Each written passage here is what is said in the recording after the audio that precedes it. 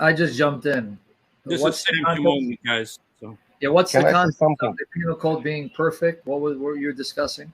Well, the brother was giving an example for, people, running away from certain hadith because they don't like it, and he cited, the penal code, and I would agree with him. Many people, many laymen do shy away from learning about the Islamic penal code because, in the West, it's seen as very foreign. Um, but what I really wanted to respond to, the main point was. Um, the reason why we don't accept the hadiths that you were showing on screen, like Sahih Bukhari, Yes. is because we literally think that it's like a completely different, like, hadith corpus. Yeah, from the Shia, right?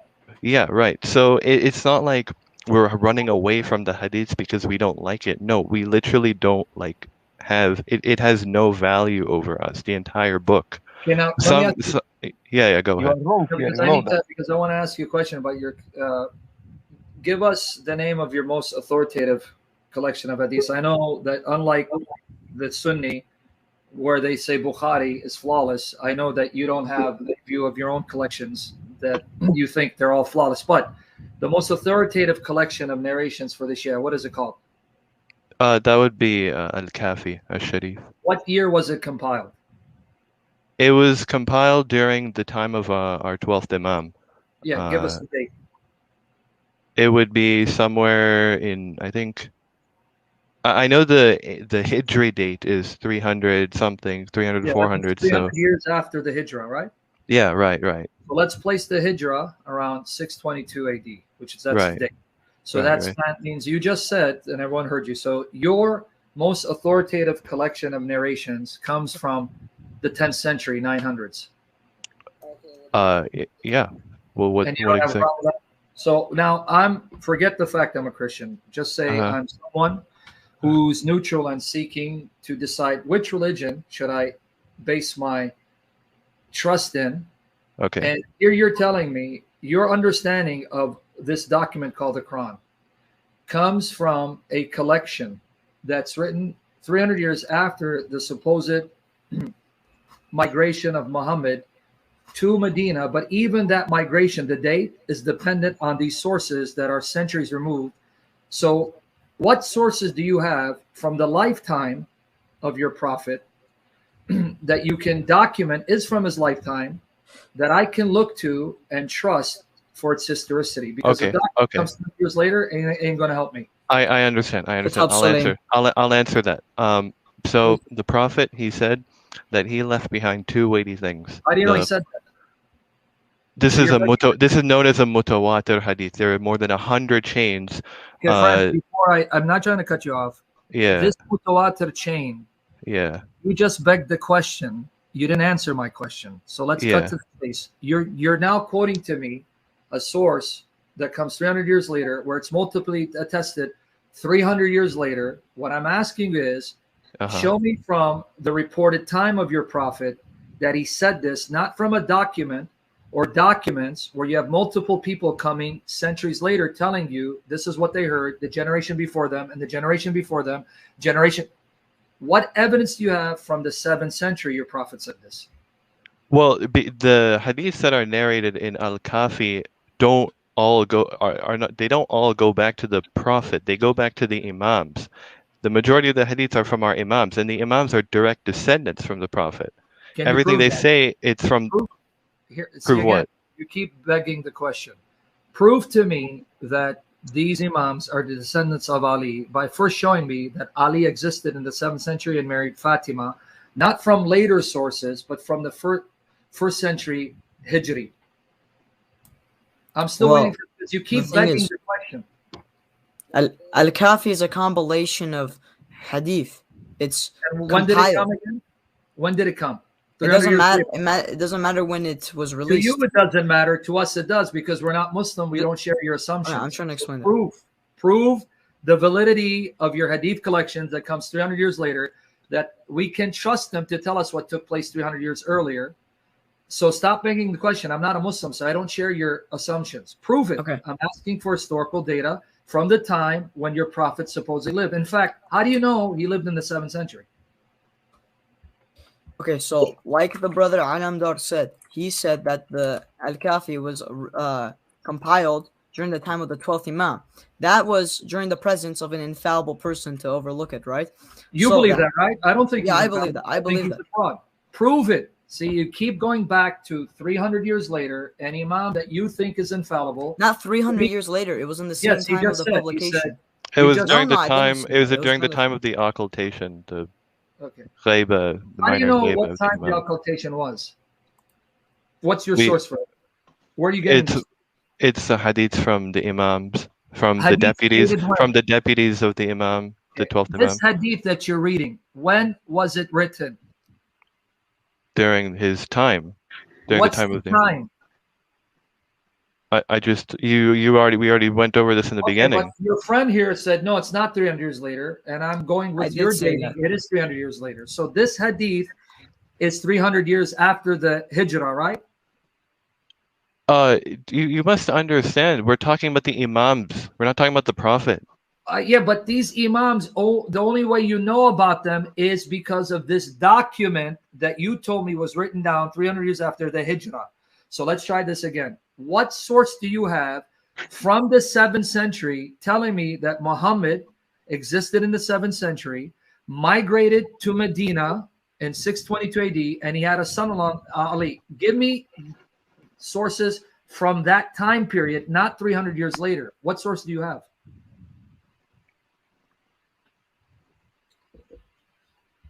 I mean, we would tell you that we believe in. We would tell you that we believe in the Quran. We would tell you that we believe. No. We want historical sources. Okay. Let's not all attack. Excuse me. What's the question? Well, if you're asking me what the question is, then you got to go back and rewind. I was talking to now. Okay, now let's put the hadith aside. When we go to the Quran, do you believe what the Quran claims for itself? Because I'm going to show you some verses, and obviously you're going to say yes. In fact, let me even be more clear, because I know there's some Shia who think that the Quran they have today. Some, I'm not saying all of you believe this, but there are some Shia who actually think the Quran that you have today is not complete. Are you one of those Shi'as that believe that it's not complete? No, everything is authority upon us. Every verse is an authority upon us. I didn't say that's not what I asked. See, friends, let's answer the question that's being asked. I didn't say you reject any verse of the Quran. I said, do you think, as some Shia do, and you know there are Shia who think this, the Quran is incomplete? I didn't say that the Quran you have is not binding on you. Do you think it's incomplete? Okay, if I can go first. Personally, I believe that certain interpretations maybe can only be understood through our imams. But I think what we have is, what we have. It's you may have minor changes in haraka, right? Like the fataka sardama, but it's complete in vocabulary, words, that sort of thing. But our understanding of it may be incomplete. Okay, but do you then disagree, as there are some Shia who claim that there were actually statements in the Quran referring to Ali that have been removed? Do you think that there were statements about Ali in the Quran that we don't find today? Yeah, I can give you an example. Okay, hold on. Wait. Say it slowly. You're saying too fast. Yes, you do agree, because we want to hear you. Okay. Yes, you do agree there were statements about Ali in the Quran that have been removed? Okay. As Shias, we believe that the tafsir, the understanding of it, is still a part of the Quran in a way. So, us saying we believe in tahrif of Quran, distortion of the Quran, could also imply we believe that the commentary in the Quran was distorted. So, what I've actually understood from the scholar Alama Majlisi, when he said something was removed from Imam Ali alayhi salatu wasalam, such as the ayah or the verse that explains that he is the commander of the believers, was removed. I believe that he meant that. Say that slowly. Young man, say that slowly, because you're saying it fast. Okay, you just said that there was an ayah in the Quran saying that Yes. Ali is the Imam that's removed. So that's a verse that's no longer. No. You didn't let. You completely disregarded what I said towards the end. No, actually, I just repeated what you said. No. You said You repeated the middle of my Here, statement. just repeat it. Just repeat it. Go ahead, finish it. I said the ayah. Alama Majlisi, he states in his book, one of his books, that in ayah, and by ayah he means tafsir. There was clear tafsir, clear commentary on the Quran for a certain ayah that Imam Ali was supposed to be the caliph. But What this ayah? is tafsir. This is tafsir. It doesn't matter what the ayah is. No, but hold on. You just confuse it. You just listen to yourself slowly. I am listening. You just said tafsir of an ayah, but then you said ayah. So now, is the tafsir the ayah, or is it the tafsir of the ayah? If it's the tafsir of the ayah, what ayah? The tafsir can be part of the ayah. Okay. Which ayah?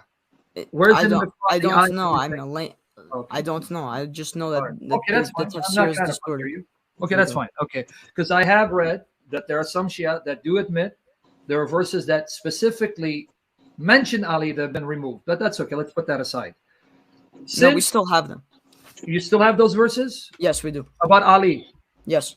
In the Quran? Yes. Yes, there are many verses about Ali in the Quran. Give me a couple. Okay. I'm not. Like 33. Okay, read 33. Okay, I'll read the second part of it, which goes along with what I'm saying. Verily, Allah intends to keep away from you any impurities of sin, O people of the members, O members of the Prophet's family, and to purify you with thorough purification. See, you just did the very thing I've been asking you to prove. Number one, there it says the Prophet, and it says family. Okay, and his family. I'm getting there. Apart from these hadiths, how do you know who this Prophet is, and how do you know who the members of his family are? Can you show me that from the Quran? From the Quran? Yes. Not necessarily. So now if you're going to tell me that the family of your Prophet means Ali and Fatima and Hassan and Hussein, as opposed to the others, like the Sunnis would argue with you, and I don't care about who's right, that's your debate. What source do you have, and what date is this source that identifies who this Prophet is and who are the members of his family? Give me the date of the source that you're going to appeal to. When was it written? What date that tells you who this Prophet was and who the members of his family are? The oldest source for this? Yeah, the earliest one you have. Give me the date of it. Kitab Sulaim, and it's earlier than Sahih Bukhari. It came out within the first century, 714 AD. Give me the actual source that says it's dated to the 8th century. I'd like to see that. First century. First century, that's Jesus's time. First century of what? First century of the Islamic calendar. So that's the 8th century. That's 700s. Okay, yeah. Give me the proof that this manuscript that you have is from that time. Not assertion. Give me the link. Let me see the document. Let me see the actual manuscript, the archaeological data confirming that date. Okay. You want the actual? I need proof. I'm not just going to take your word for it. Yeah, I can say anything. So what would be the requirements of the proof that you're asking? That the manuscript you have has been dated conclusively to the 8th century, because you don't have any manuscript from the 8th century. You have manuscripts that are from the 10th, 11th, 12th centuries. But you just said you have it from the 8th century. Show it to me. I'd like to see it. Could I just say one thing? I just want to ask. I haven't. Khadam Naki. We don't know who you are. Could you just introduce yourself? Yes, I'm a Shia Muslim as well, and I'm a Pakistani. Okay, good. Well, that's interesting. Pakistani Shia. Okay, I mean, well, yeah, there are Shias everywhere, but usually isn't Pakistani predominantly Sunni? Yes, they are. Okay, man. I know that when there's Sunni majority, and anyway, forget it. We have the same problem. Okay, coming back to the issue. What I'm trying to get at here is, here's the point, so you see where I'm going with this. When it comes to Bukhari and Muslim, you question their validity, because not only are they late, but they are compiled by Sunnis. And I'm trying to show you that if you're consistent, Bukhari is questionable because there's stuff in it that are not reliable. Even though the Sunnis say that Bukhari rigorously authenticated the hadiths, so they're completely reliable, you still reject that because one of the arguments you would use if you're consistent is, well, Bukhari's too late, meaning he comes over 200 years after reported death of Muhammad, for us to trust that everything he narrated is completely authentic. And we're saying exactly the same problem we have with your sources that are just as late, if not later. So why should we trust your sources that are just as late, if not later? Okay. We also have another concept of hadith I actually wanted to tell you while we were speaking about Al-Kafi. A lot of our, some of our hadith, I don't know about a lot, but I know there is a hadith that are verbally transmitted, orally transmitted. For example, a man says, I heard from my father, who heard from his father, who heard from his father, who heard from his cousin. We have and those like names in that chain. That was their names are in their chains. Where do you find their names? Where do you find their names? Yeah, how do you know X said to Y, who said to Z? Where did you get that? Because it's all orally transmitted. For example, let's start off with the first chain transmitter. The first, all the way on the top. First chain. How do you know if it's oral?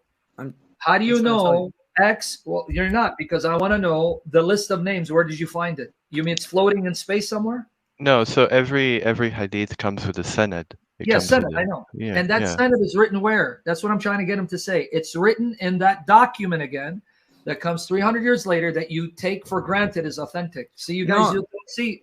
Okay. No, so we have scholars that examine the names written there. Examine, and the names are where? Where they examine? Where do they find these names? They are also orally transmitted. Okay. How do you know it's orally transmitted? Who told you? Oh my God. Yeah. How do you know the Bible is? How do you know the Bible is compiled correctly? How do you know it's not corrupted by Catholic Church? Can I cut in a little?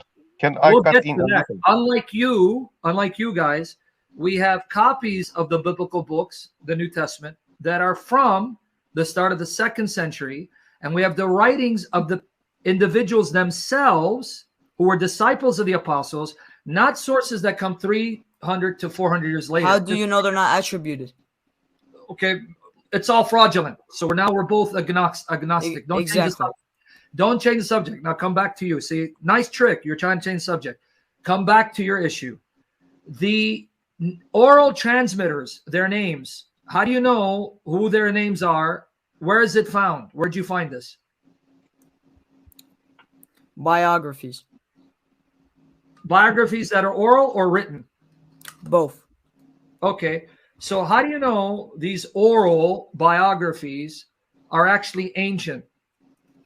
Who told you? Well, this would be mostly the job of Rijal experts. They would check the validity of men existing during the time period, during they would see how they, the period they lived in, their relation to the imam, right? Okay. How close they were to the imam.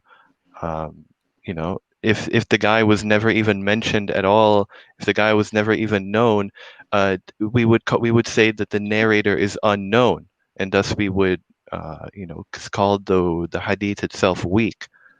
That's the same thing the Sunni, the same way the Sunnis classify hadith. What I'm trying to get you to see is even this information. For example, let's make up some names. I'm just going to make up. Tony said he heard from Joey, who heard from Timmy, who heard from Samuel, who heard from Nathaniel. Okay, now that list that I just gave you, that list of names, where do you get that list of names? You get it in that document. That's what I'm trying to get at. Everything you're telling me about the transmitters is coming from a document that's written hundreds of years later. You're not giving me a document that's within the lifetime of Muhammad. Do you have such a document that's from the lifetime of Muhammad?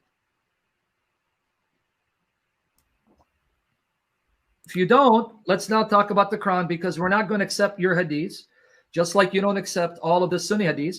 So let's at least focus on what the Quran says. Let's not bring outside sources, because at least you and the Sunnis agree regarding the Quran. So let's talk about the Quran, because this hadith, the Sunni hadith, we don't accept Hussein because it's Bukhari. Well, we don't accept your Shia hadith because they're just as late. So let's go back to the Quran. Can we talk about the Quran? Sure. Okay, so now let's talk about the Quran. Go to chapter 9, verse 29, if Hussein wants to read it. 9:29. Okay, I'll Yeah. get it. Quoting me your sources that are just as late doesn't prove anything for me.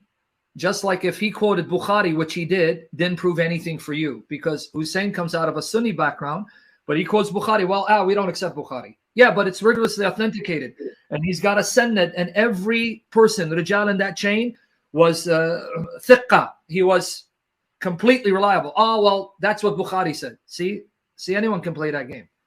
But now let's go to the Quran and discuss what the Quran says, its contents. Chapter 9, verse 29. To be fair, we can back up our claims about why Bukhari is unreliable. And then I can bring a Sunni Muslim who can tell you why. And then we would talk to the Sunni Muslim. It's fine. We will talk to the Sunni Muslim about it. Okay, well, we'll bring him on. I'll bring Shamsi on, and I'll bring Muhammad Hijab. If they want to come on, they can have a discussion with you. But let's go to chapter 9, verse 29, and read what it says. Okay, you want me to read it?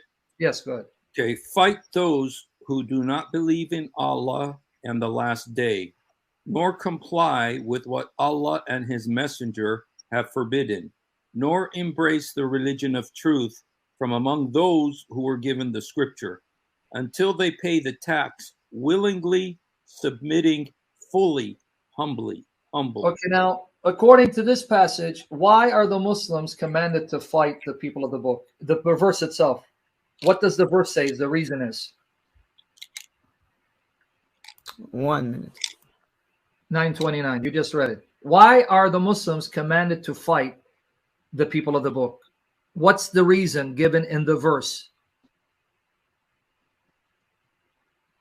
Because they went against Allah and his messenger. How do they go against Allah and his messenger? What does the verse say? They didn't believe in them.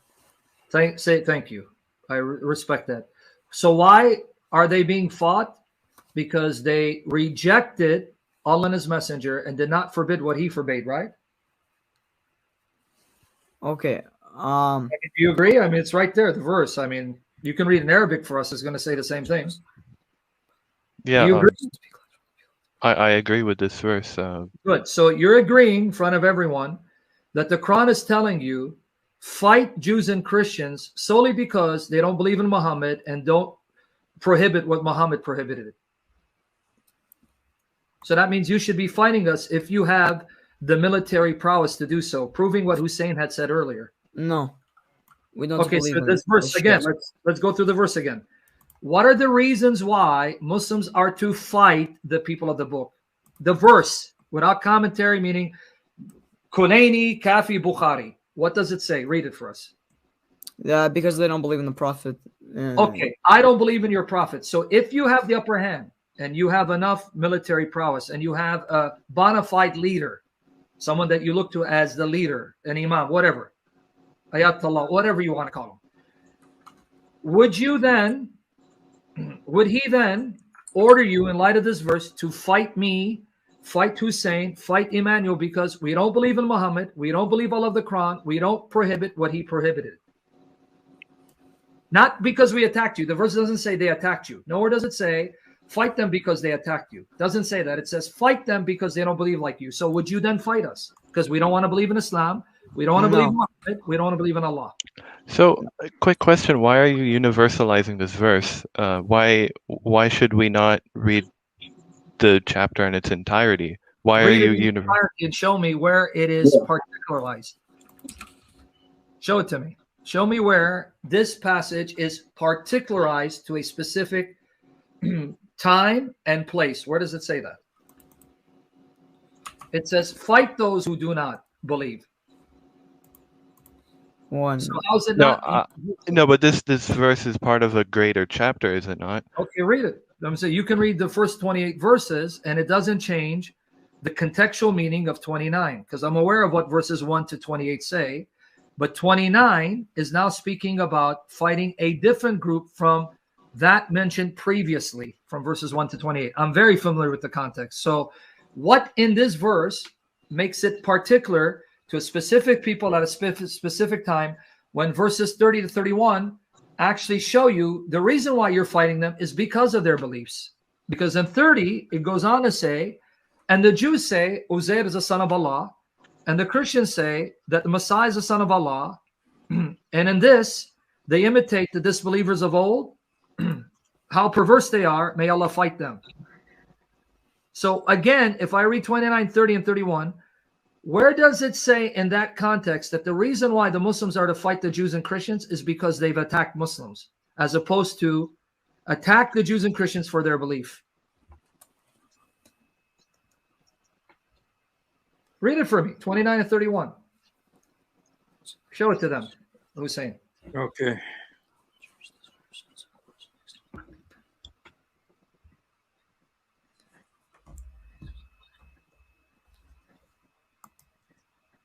So you read 29, I read 30 and 31. Why the Muslims are to fight Jews and Christians?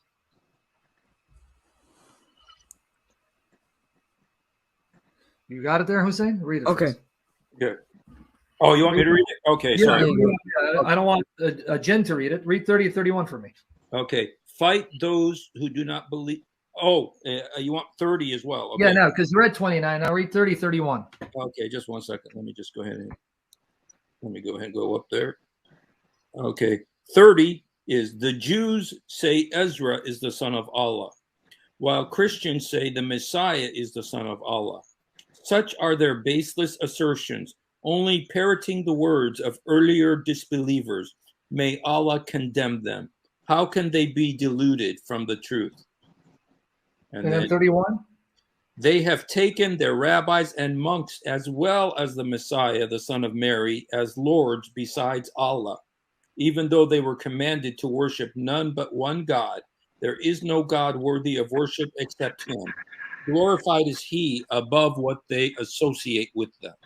So where does it say that the reason why Muslims fight Jews and Christians because Jews and Christians attack them physically and threaten them militarily, as opposed to attack them because of their beliefs?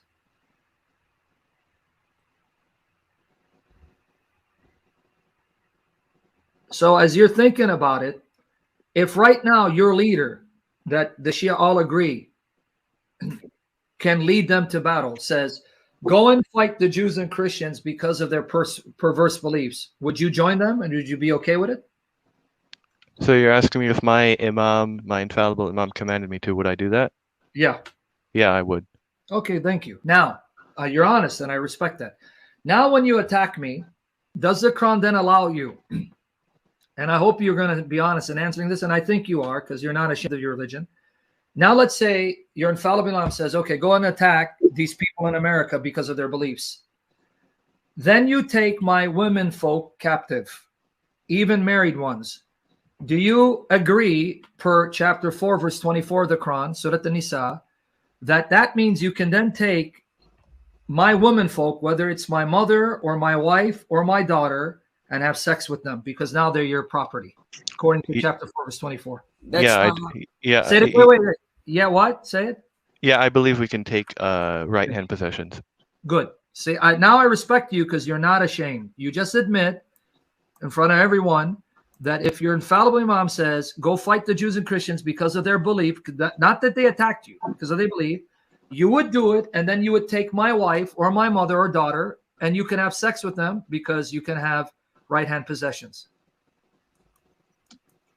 I'm glad you admit that. So you just admit, even a married woman, you would take her and you'd have sex with her. Excellent. And you see why we despise your religion? Because you just admit you would take my wife and you would have sex with her, committing adultery, and also this would be called rape because no sane woman who's been taken captive would gladly have sex with her captor, especially when her husband's alive. So thank you. This is why we despise your religion. Okay, but the same thing is in the Bible. What's your point? Our Bible's corrupt, right? Why are you worried about No, I didn't say it's corrupt. I asked you if you believe, if you want to apply your logic to this. In fact, no, actually, no. My Bible does not allow anyone to take a married woman and rape her. Do you want me to answer you? Deuteronomy 21, 10-14 shows your Quran pales in comparison because in Deuteronomy 21, 10-14, a revelation given 2,200 years before Muhammad, it says, when you are fighting and there's a captive woman, You are to marry her. You don't take her and rape her and then sell her off. You give her the status of a wife. And if you divorce her, you let her go. You cannot sell her. This command was given 2,200 years before your Quran, showing this command is much more morally superior to your Quran. So keep my Bible out of it. Deal with your past. Are you going to allow me to refer back to the hadith, or are we still putting the... What hadith? The one that comes, the hadith. If I give you Bukhari, can I give you Bukhari? Well, I want to refer back to my... Okay, listen. You brought me up a Quran verse, and I want to use what's hujjah, what's an authority over me, to answer your question about this Quran. What's authority over me is a Sunni hadith, like Sunan Abu Dawud 2150, that tells me that this ayah was given at the Battle of Autas. Does the Shia hadith agree? This was an ayah given in the context of the battle at Autas, where they were married. I don't know about the specific battle, but I do know when it comes to the fiqh and the rulings about right-hand possessions, it's about the woman's consent. Where does it say in the Quran the woman has to consent when you own her? I told you it's the fiqh ruling behind it. Can you? I would love to see, even though I don't accept your Shia tradition, I want you to show me a Shia tradition on chapter 4, verse 24 that says the woman you've taken captive, you must get her consent to have sex with her. Yeah. Because, show it to me. Give it to me. This falls.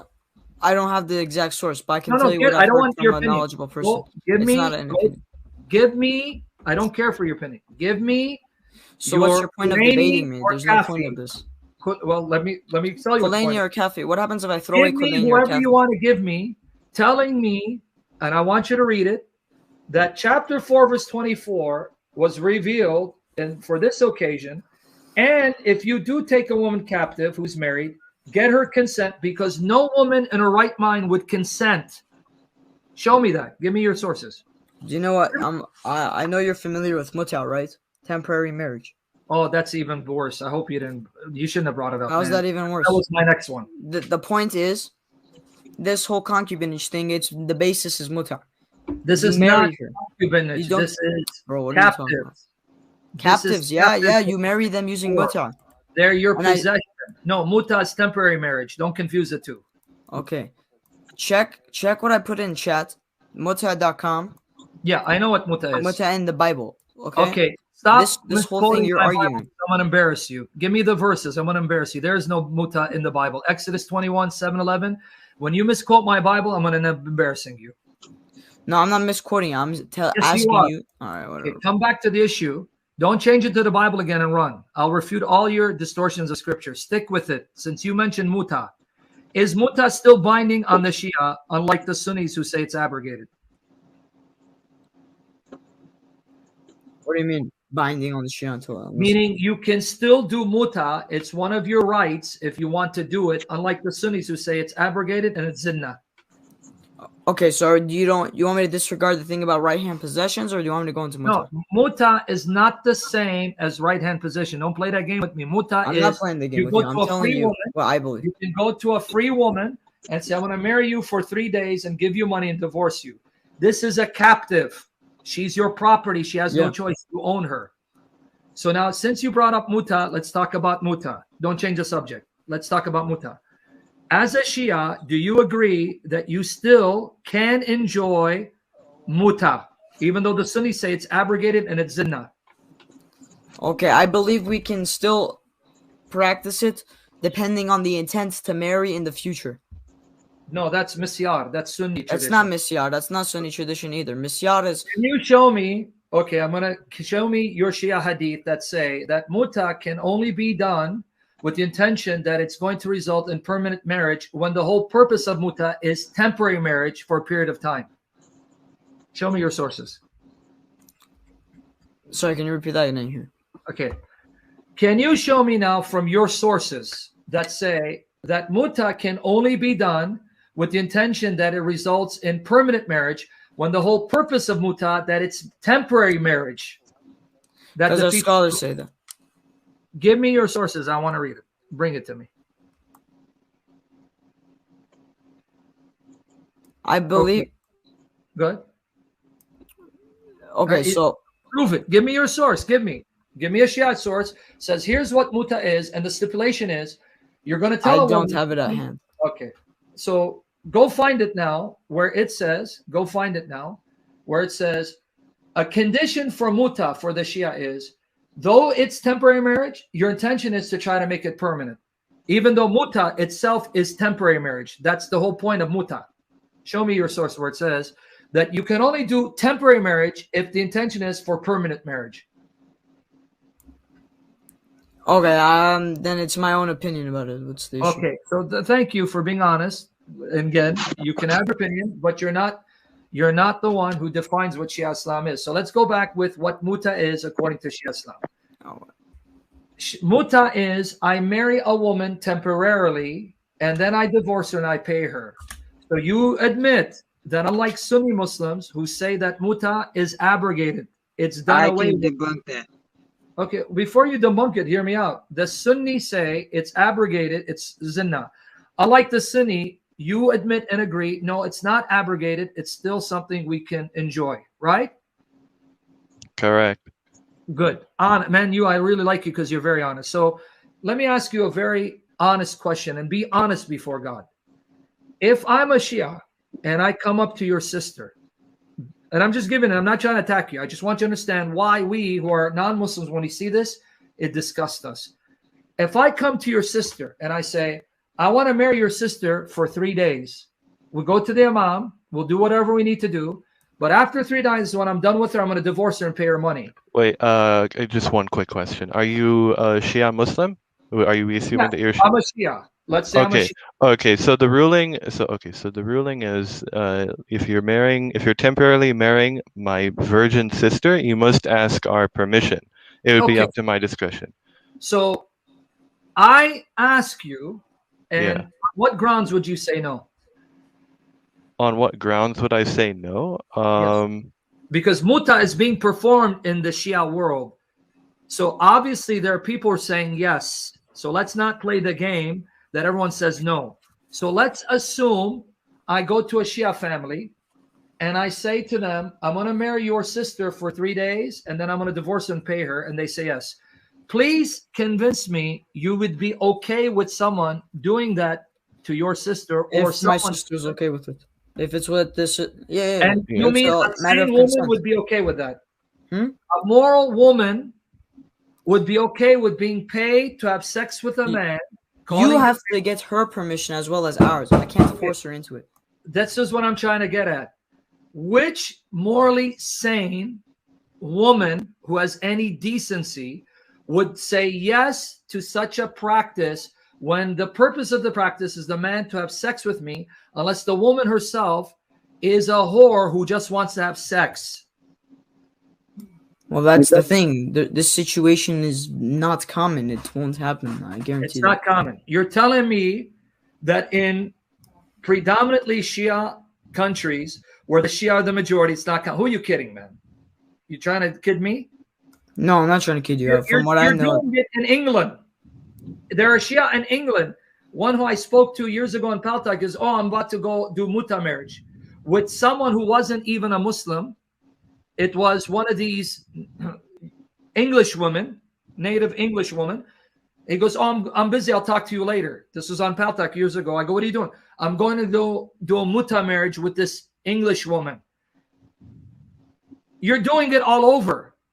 You're doing it in England. You're doing it in America. You're doing it in Shia countries. That's crazy. Because listen, if it's an English woman, it's not a Shia. So your whole analogy was that you're a Shia person asking another Shia person for Shia sister. You know why? Because your Quran says you can marry Jews and Christians. Chapter 5. So you're telling me you can't do muta with a Jewish woman or a Christian woman? You can. I'm saying that your analogy is terrible. Yeah, yes, you can. You can. Thank you. That's all I'm getting at. So you just convinced me. You just made my point. He was doing muta with a Christian girl who was okay with it because she was a Christian by name. Because a decent Christian woman who loves Jesus would say, the hell with you, you satanic bastard. I'm no whore. It's pretty much prostitution. Yeah. I mean, how does that tell you morally? Like what Sam was saying, somebody tells your sister, your own sister, what does your conscience tell you about that? Well, if I had a sister, I would leave it up to her opinion. Okay. And you'd be okay with that. Honestly, before God, you'll be okay with your sister. Say again that, please. I Say think again I what would. you said about your sister.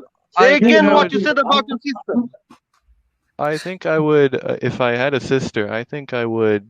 I would probably see. First of all, I'm not even the wali. It's the father who actually has the permission. But let's say I was the father. Okay, let's change it to my daughter. Um, I think I would probably look at the.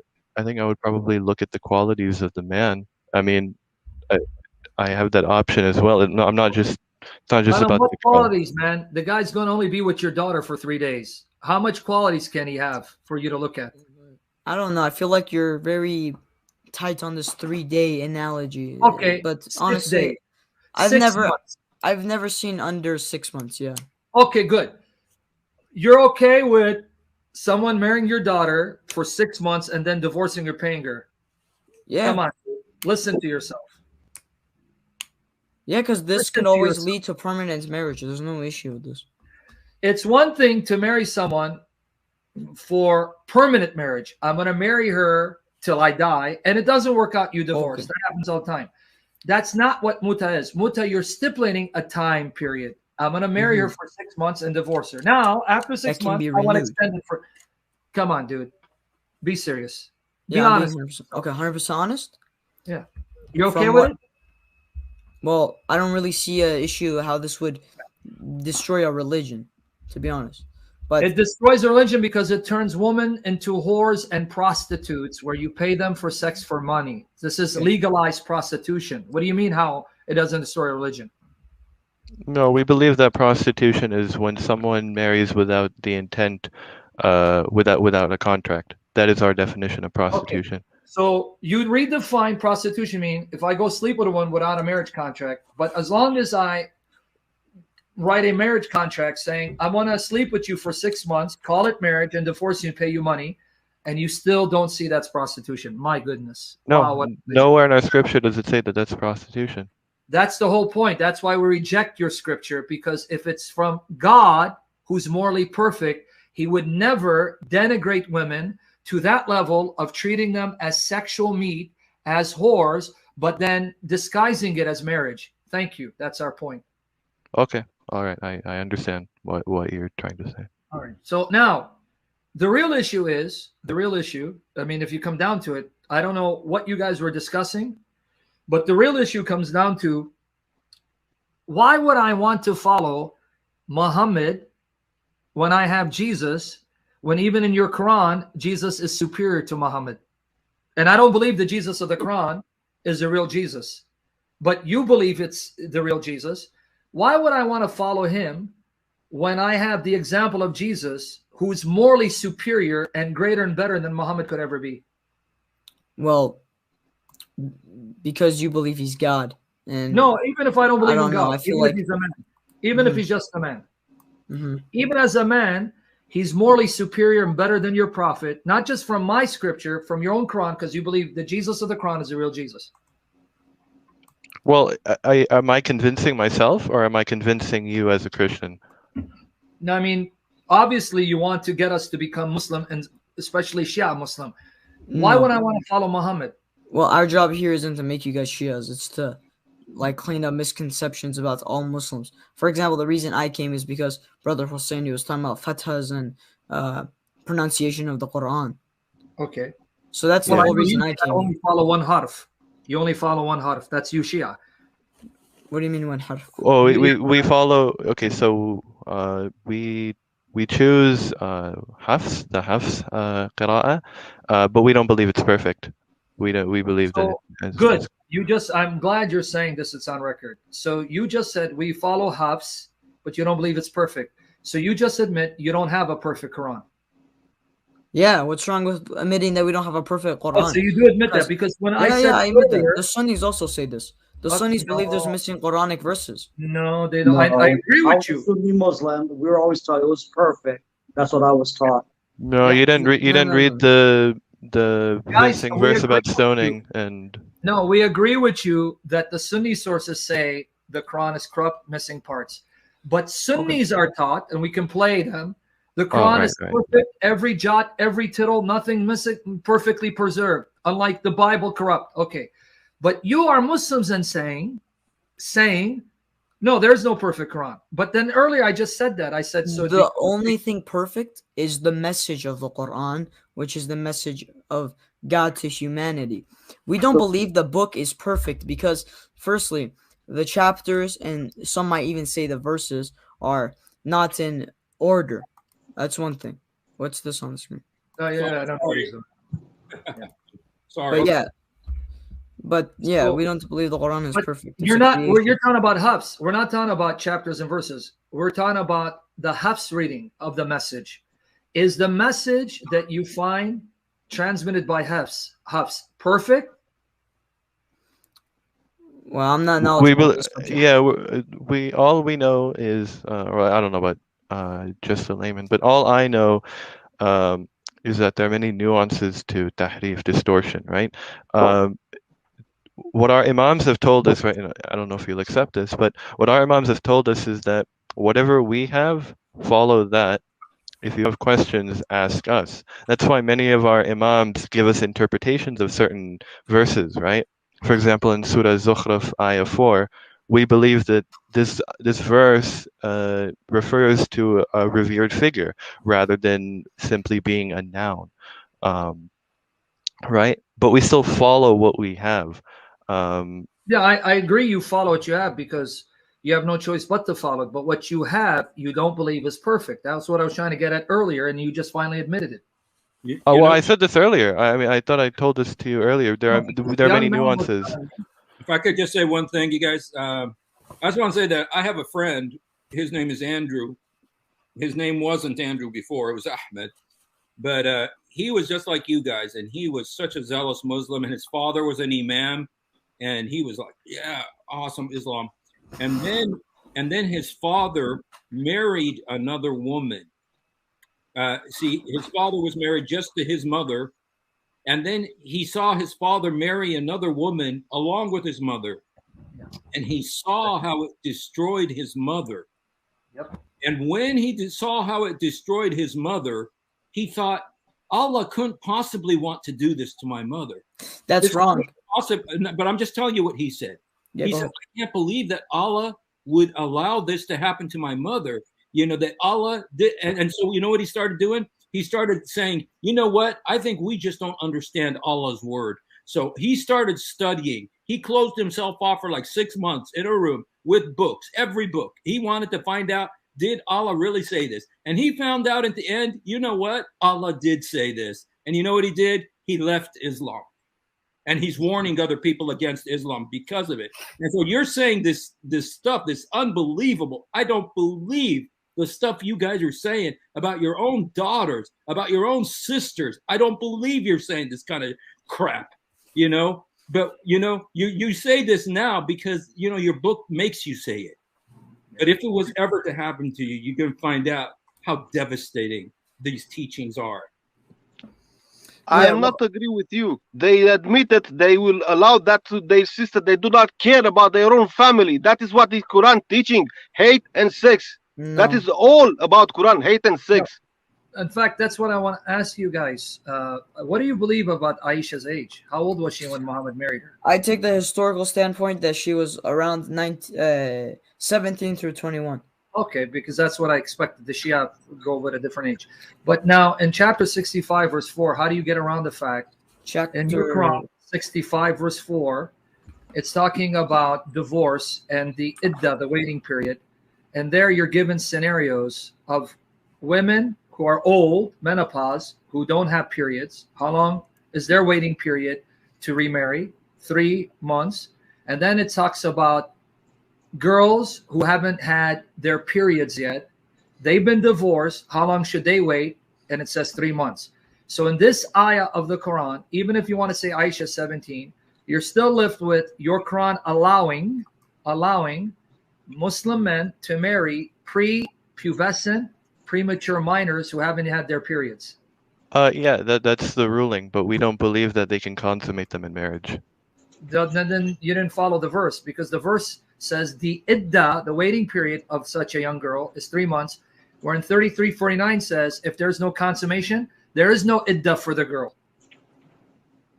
So you're not paying attention to the verse. Now you're trying to derive fiqhi rulings. No, read it. This is about the idda, the waiting period for a divorced woman. And then 3349 says the woman who hasn't consummated sex, there is no waiting period. It's not a fiqhi ruling. I'm reading the plain meaning of the verses. It's in front of you. 3349, 65:4.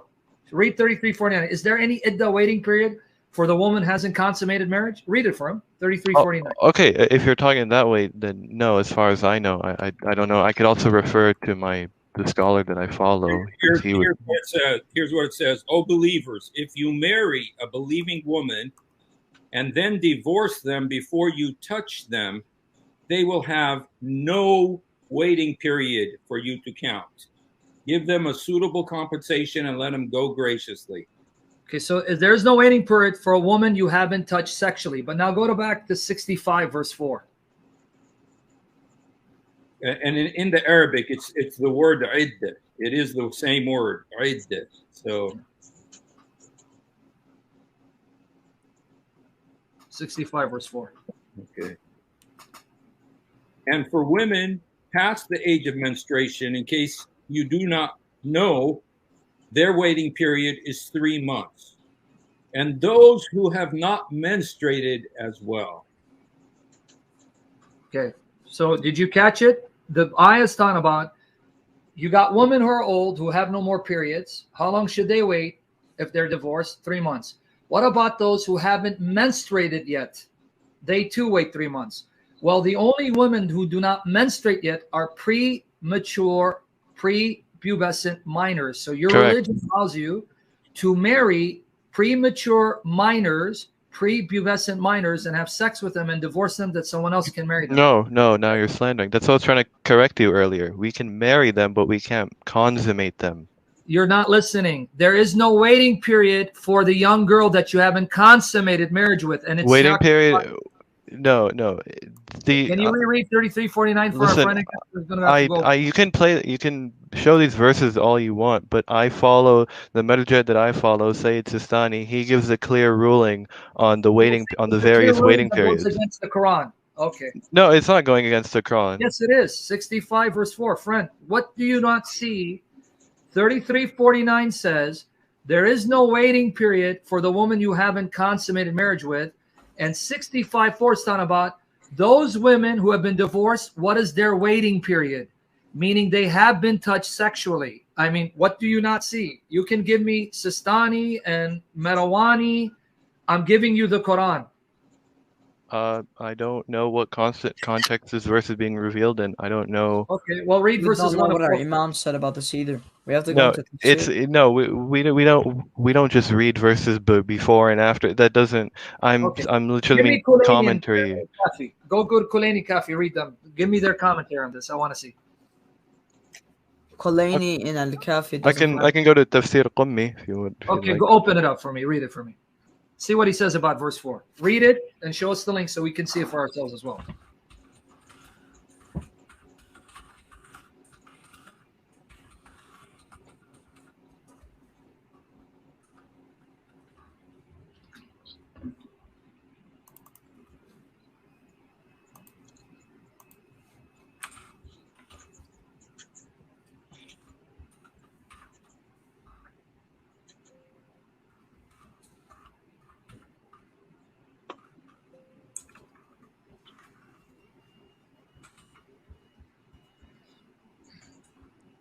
By the way, Emmanuel, let me know sometime in February to bring you on to share your testimony. Okay. So Emmanuel is a sinner. Say it again. I can't hear you. Wow. I said Emmanuel is a sinner. Yeah, he is. So we all are. He needs to learn how to speak. I'm just kidding. Okay, he's going to read Tafsir Qummi for us on 65:4.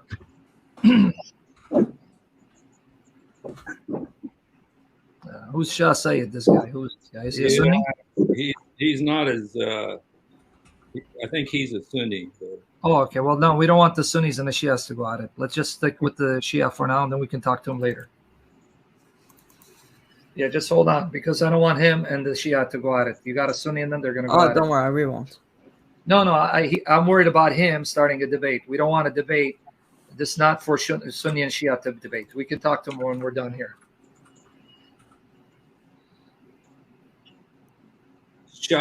Shah, are you a Sunni or a Shiite? He's a Sunni. Most of the Shahs, they're mostly Sunni. Okay. Yeah, I don't want. Yeah, well, let's just. He can come on when they're done. Whenever they want to finish, we'll bring him on. We'll talk to him because then we can go to Bukhari and Muslim, and he can't reject them. Yeah, actually, I'm pretty sure me and Alamdar we're in the similar time zone, so we might leave soon. Okay, whenever you guys need to go and come back. Yeah, are you guys having the same? Are you guys gonna do the same thing tomorrow night? Inshallah. God willing. God willing. God willing. Yeah, thank you guys for being good hosts. We really appreciate it. All right. Yeah, guys. I don't want to leave you hanging or anything, but I was looking through Tafsir Qummi, but they didn't have a commentary on the verse. Okay. But if I find something else, okay, I know you're gonna fear Allah. Come back tomorrow. See, because I know you're not gonna lie. You're gonna go find me a commentary on 65:4. You're gonna bring the link to us tomorrow, God willing, and shut up. We're gonna see if they agree. These are prepubescent girls who've had sex, which is why they have to have a waiting period, because the Quran is clear. There is no waiting period for those women that you haven't had sex with. So get it for us tomorrow, God willing. We'll be here. Inshallah. All right, me and Alamdar, we will try our best. All right, guys. I will always be here. I will also be here tomorrow. All right, inshallah, we'll see you guys. Yeah, thank you guys for being good hosts. I honestly appreciate the hospitality. May God bless all of you guys. May whatever deity you worship bless you guys. Jazakallah khairan. Barakallah fiik. All right. May the Lord Jesus guide you. Take care, guys. You guys have a good night. All right. Okay, now you want to deal with Shah? Saeed? Is that what you want to do? Start getting all these Shiites. I've been begging the Sunnis to come on. I have 14 of them here that I want to get on. None of them come, but all the Shiites. The Shiites are braver than Sunnis, you guys. You see? At least they're honest, man. Hey, I gotta get. They're very respectful, honest, yeah. Anyway, so you want me to stick around with Shah, or do you want me to go back to my? Shah, I sent you an invite. If you want to come on, come on. You can have it out with Sam if you like. Yeah, because I was talking about John 17:3, but I'll wait, and that's good. See, so then if he's not coming on, then what you're gonna do? If you're done, then you're gonna come join me on my stream and listen to me talk about John 17. Okay. Let's see if he comes on. Shah, are you gonna come on? Yeah. I sent you the invite, bro. Yeah. Black Mamba was getting animated. Yeah, see, look, they have no respect for the sisters. How could you? Dude, it's like stuff they were saying, and I think they're in the West someplace. I'm thinking. Yeah, I'm pretty sure. I hope they could think about what they say. Going back to the Surah 929, I hope they could really just dive and think about what they just said. Mm-hmm. Is that okay? Even for me, as a Muslim, I was like, this is bothering me. Kill them because they don't believe. Exactly. You know, and exactly. So and you see what I did, right? Because we're at a disadvantage, we don't have their hadith collections translated. So then you got to use a different approach with them. Yeah. And the right line of questioning. You see, that's why I called you, man, because I just said, dude, all of a sudden, all these Shiites, all of a sudden we got 3 Shiites come in, and I'm thinking, dude, he's like, I'm not that well equipped. We were talking about the Fatha, you know, and it was just like, dude, I'm not really equipped to deal with these guys. I gotta brush up on my Shia info, man. Yeah. And by the way, but you heard them. You got them on record now. They don't believe the Quran is perfect. They said it. That was amazing, man. Yeah. I know the Shia are told the Quran you have today is incomplete, and there are verses that have been removed. But they use taqiyya to tell Sunnis, no, we believe the Quran is perfect because they want to avoid persecution. Mm. Anyway, I like that. So I don't think this guy's coming, right? Yeah. If he comes, text me because I'm going to go back to do John 17. So if he's not coming on, if you want to wrap it up and send your people to my channel to make my channel better than yours, then I'll appreciate it. Amen. All right. Anyway, if he's coming, let me know. Text me. Yeah. Text me.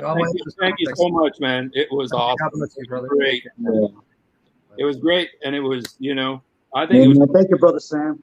Amen. I'll see you guys. I'm going to do John 17, the only true God. All right. Hallelujah. God bless you.